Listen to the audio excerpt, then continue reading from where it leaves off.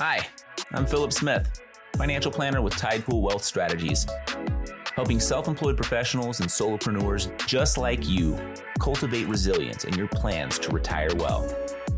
This is the Financial Planning Podcast about money management, best practices for long-term growth, wealth building truths and fallacies, successful retirement strategies, and more, where I'll be sharing concise, actionable retirement planning guidance. Welcome to the Financial Flow. Welcome to episode 14 of The Financial Flow. I'm Philip, and today we've been quite literally wading into tide pools. But for this episode, we're wading into the tide pool of financial planning to take a closer look at business planning for the new year. This will be a two-part series, and the two episodes will sound a lot alike. Episode 14 is geared a bit more toward a new business owner, whereas the tone of next week's episode 15 is one of annual, ongoing business planning. As the calendar flips to a new year, it's a perfect time to assess, calibrate, and invigorate your business strategies. So let's dive in and explore how you can set your business up for success in the new year.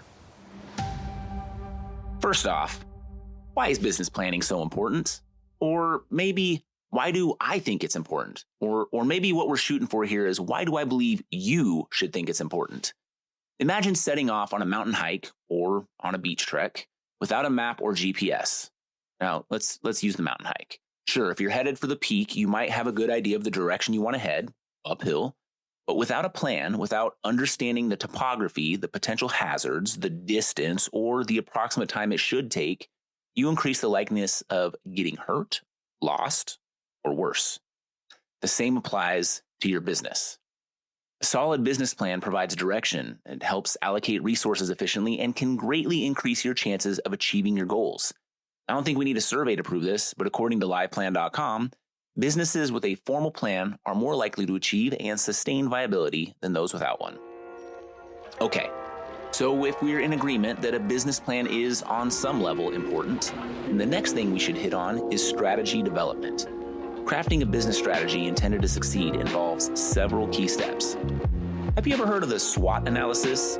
It's a method for assessing your business's strengths, weaknesses, opportunities, and threats, hence SWOT.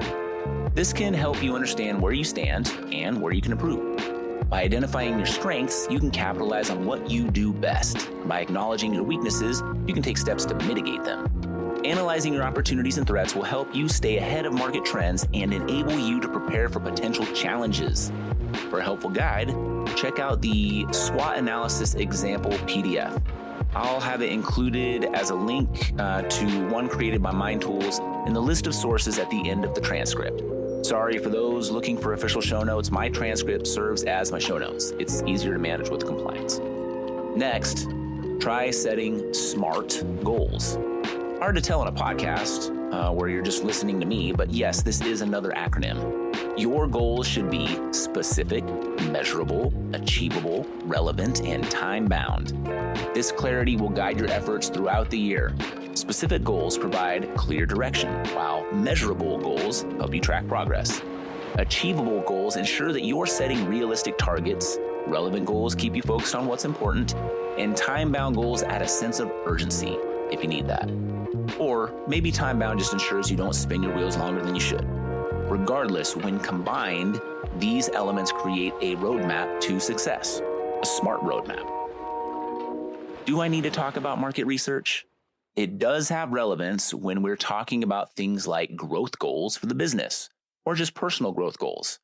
Obviously, as a person running a business, you know you need to understand your market, competitors, and customer needs. Websites like 100tasks.com offer great tools and tips for conducting thorough market research. Knowing your market helps you tailor your products or services to meet customer demands. It also gives you insight into what competitors are doing, allowing you to find gaps in the market that you can then exploit. And if you want your business viable, you have to be aware of where things are changing so that you can adapt.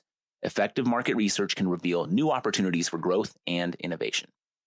Since I just mentioned growth, innovation, and adapting, let's tangent on the tangent, if that's a thing.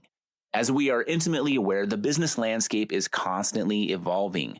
Be open to new ideas and ready to adapt to changes. Innovation doesn't always mean creating something entirely new.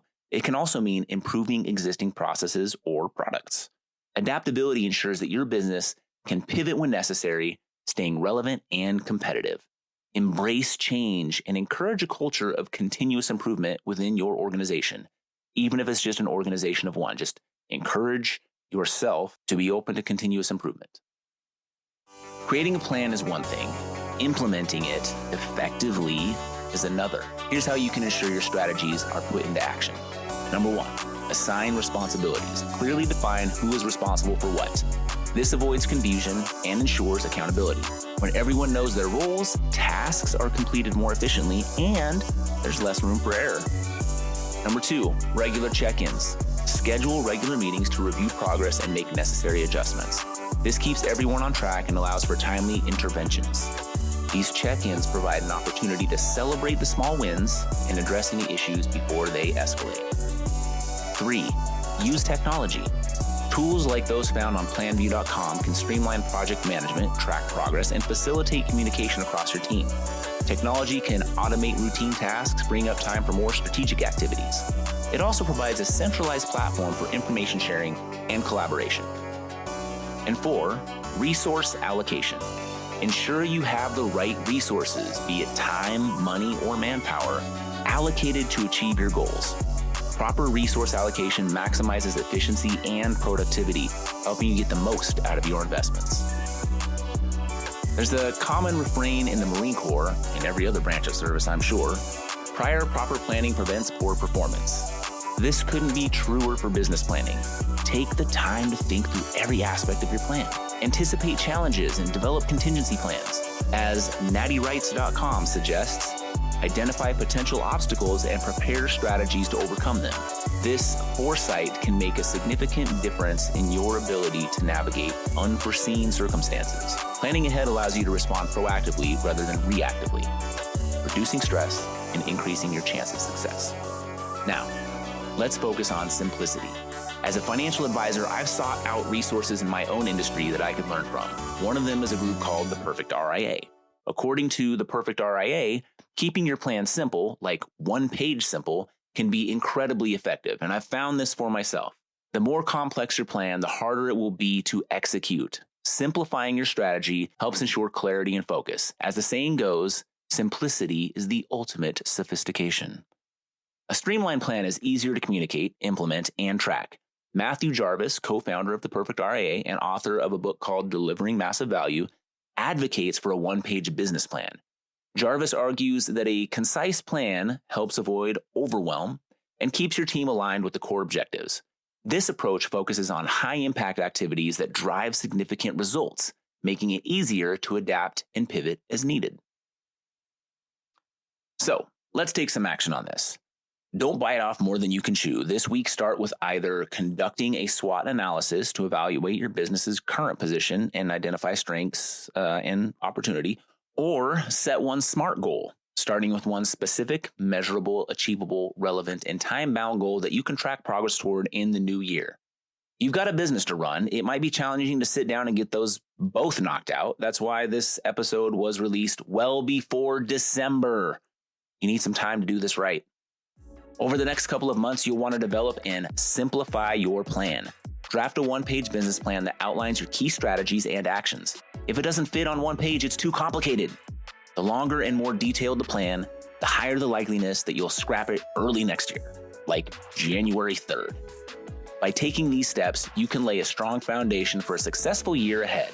Remember, a well-thought-out business plan is not a one-time task, but an ongoing process that requires regular review and adjustment.